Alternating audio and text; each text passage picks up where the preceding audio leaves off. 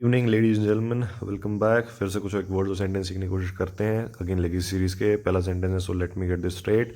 मुझे इसको समझने दो। ये एक लड़की है जिसका एक्सीडेंट हो जाता है, इसकी डेथ मृत्यु हो जाती है, इस पर कोई हमला करता है। अब जो समझ में नहीं आ रहा है इनमें पास जिसको कि हुआ क्या इसके साथ। तो ये कह रहा है कि पहले मुझे समझने दो हो क्या रहा है। So let me get this straight, मुझे समझने दो। सो गेट दिस स्ट्रेट इस सेंटेंस का इस्तेमाल कर सकते हैं आप ये बताने के लिए कि पहले मुझे समझने दो हुआ क्या, हो क्या रहा है। प्लीज़ रुक जाओ, मुझे समझने दो ये हो क्या रहा है, चल क्या रहा है। So let me get this straight, ऐसी किसी फीलिंग, ऐसी किसी सिनेरियो को जाहिर करने के लिए कि भाई मैं समझने दो मुझे। ठीक है, पहले समझने दो हो क्या रहा है। Then is what is hang out to dry. Hang out to dry यहाँ पे मतलब जब आप किसी को उस पर अपने उसके हाल पे छोड़ दो, उसको कोई सपोर्ट ना दो, या इसका थोड़ा सा नेगेटिव मीनिंग है कि किसी को आपने एक उसके बेट की तरह इस्तेमाल कर दिया, कि उसको बाहर बाहर छोड़ दिया, या कि भाई आपने जब वो उसके डिफ़िकल्ट टाइम से गुजर रहा था तो आपने उसको उसके हाल पे छोड़ दिया कि वो अपने आप भुगतेगा, जो हुआ उसके साथ हुआ, जैसे जो मतलब जो भी करना है वो अपने आप उस चीज़ से निपटे, आप उसको कोई मदद नहीं दे रहे हैं। तो ऐसी किसी सिनेरियो में आप hang out to dry word का इस्तेमाल कर सकते हैं, सेंटेंस का इस्तेमाल कर सकते हैं। जैसे कि यहाँ पे एक sentence, then you hung me out to dry. ये बंदा बोल रहा है कि तुमने उसके बाद मुझे मेरे हाल पे छोड़ दिया, कि भाई मैं अपने आप निपटूंगा, जैसे भी निपटूंगा। Then is you get to interrogate tree nymph. यहाँ पे निम्फ को वर्ड को बताने के लिए मैं जाहिर किया है यहाँ पे क्या ये लड़की है विच जो ये कह रही है कि तुम्हें इंटरोगेशन करने को मिलेगा एक पेड़ की परी के साथ। तो निम्फ होता है लिटरली परी के लिए, बट अगर आप और ज़्यादा डिटेल में जाने की कोशिश करेंगे तो ये स्पिरिट ऑफ नेचर, ठीक है, उसके लिए ये इस्तेमाल होता है। जो नेचर है उसकी जो आत्मा, जो उसकी जो स्पिरिट है, उसके लिए उसको बताने के लिए होता है। Then is I am standing her up right now.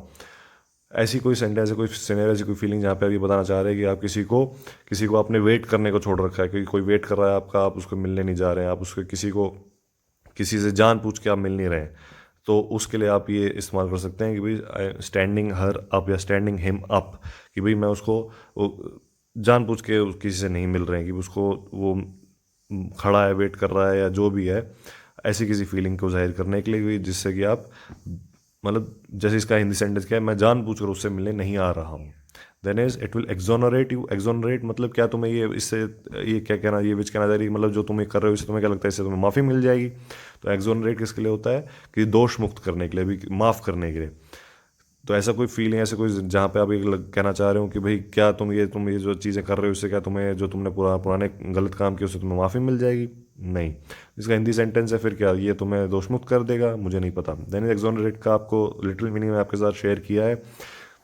If a court, report या person या authority exonerate someone, they officially say or show that the person is not responsible for something wrong or unpleasant that has happened. वो officially बता देते हैं कि भाई जो इंसान है जिम्मेदार नहीं है जो भी कुछ गलत किया है, जो भी गलत हुआ है। एग्जाम्पल से समझते हैं तो official report basically exonerated everyone. जो ऑफिशियल रिपोर्ट आई थी उसने क्या किया, सबको दोष मुक्त कर दिया। Investigation exonerated the school from any blame. एक इन्वेस्टिगेशन ने क्या किया, जो स्कूल है उसको दोष मुक्त कर दिया किसी भी ब्लेम से। अगला सेंटेंस क्या है, they expected complete exoneration of their client.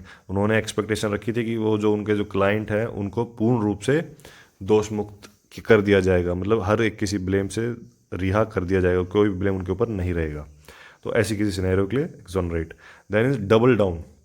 Double down क्या होता है, डबल डाउन का पहला मीनिंग है कि भाई आपने कोई शर्त लगाई थी, उसको आपने देखा अभी आपके पत्ते अच्छे हैं, आपने और शर्त बढ़ा दी, 10 रुपये की लगाई थी 20 की कर दी, या 100 की कर दी, जो भी है डबल डाउन कर दिया, उसको बढ़ा दिया। बट यहाँ पे जो लिटिल मीनिंग में आपको जो दूसरा मीनिंग जो मैंने आपको बताने के लिए शेयर किया है वो है ये, strengthen one's commitment to a particular strategy. आपने किसी स्ट्रेटजी के प्रति उस किसी चीज़ कमिटमेंट को स्ट्रेंथ कर देना है, किसी कोर्स ऑफ एक्शन के प्रति। जैसे example, decide to double down and escalate the war.